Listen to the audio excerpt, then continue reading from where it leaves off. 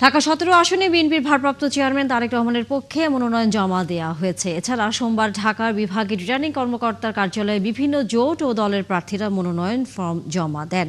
তারা সবার জন্য সমান সুযোগ ও নিরাপত্তা নিয়ে শঙ্কার কথা জানান। অবশ্য রিটার্নিং কর্মকর্তা এখনও কোনো নিরাপত্তা ঝুঁকি দেখছেন না, জানাচ্ছেন ফরাদ ইবনে মালিক। মা, পিম্পল 5 দিনেই চলে যাবে। যাবে না মা। যাক, নিমের 5 অংশের পাওয়ারে 5 দিনেই দূর হবে পিম্পল।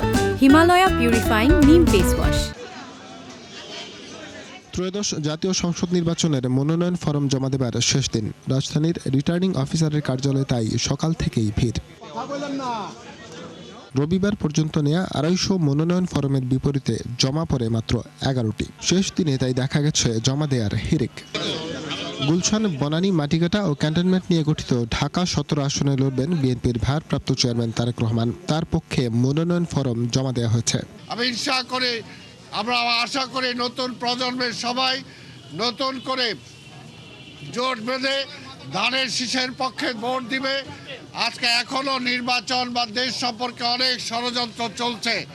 সকল ষড়যন্ত্রকে ভেদ করে আমরা বিশ্বাস করি যে একমাত্র বাংলাদেশ জাতীয়তাবাদী দল আছে যারা এই দেশের সকল জনগণের পক্ষে কথা বলবে, সকল জাতির পক্ষে কথা বলবে, সকল ধর্ম বর্ণের পক্ষে কথা বলার একমাত্র দল হলো বাংলাদেশ জাতীয়তাবাদী দল। এছাড়া মনোনয়ন ফরম জমা দিয়েছেন বিএনপি, জামায়াত সহ বিভিন্ন দল ও জোটের প্রার্থীরাও। নির্বাচন ঘিরে আইন শৃঙ্খলা পরিস্থিতির অবনতিতে শঙ্কিত তাদের অনেকেই। ভোটারদের মধ্যে, প্রার্থীদের মধ্যে, জনগণের মধ্যে এক ধরনের আতঙ্কের জায়গাটা আছে, কিন্তু সে আতঙ্কটা কিন্তু এখনো পুরোপুরি দূর হয়নি। তো আমি মনে করি যে সেই জায়গাটারগুলোর ক্ষেত্রে আমি মনে করি সরকার, ল এনফোর্সিং এজেন্সিজ, প্রশাসন তাদেরকে সর্বোচ্চ পেশাদারি দায়িত্বের মধ্যে আনা দরকার।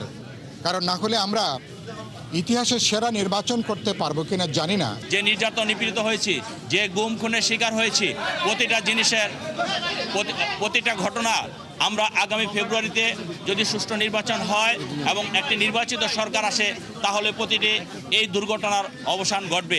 আমাদের যে রাজনৈতিক কালচার সেটা অন্ধকার কালচার, হানাহানি, বিদ্বেষপূর্ণ ব্যক্তিগত আক্রমণের কালচার।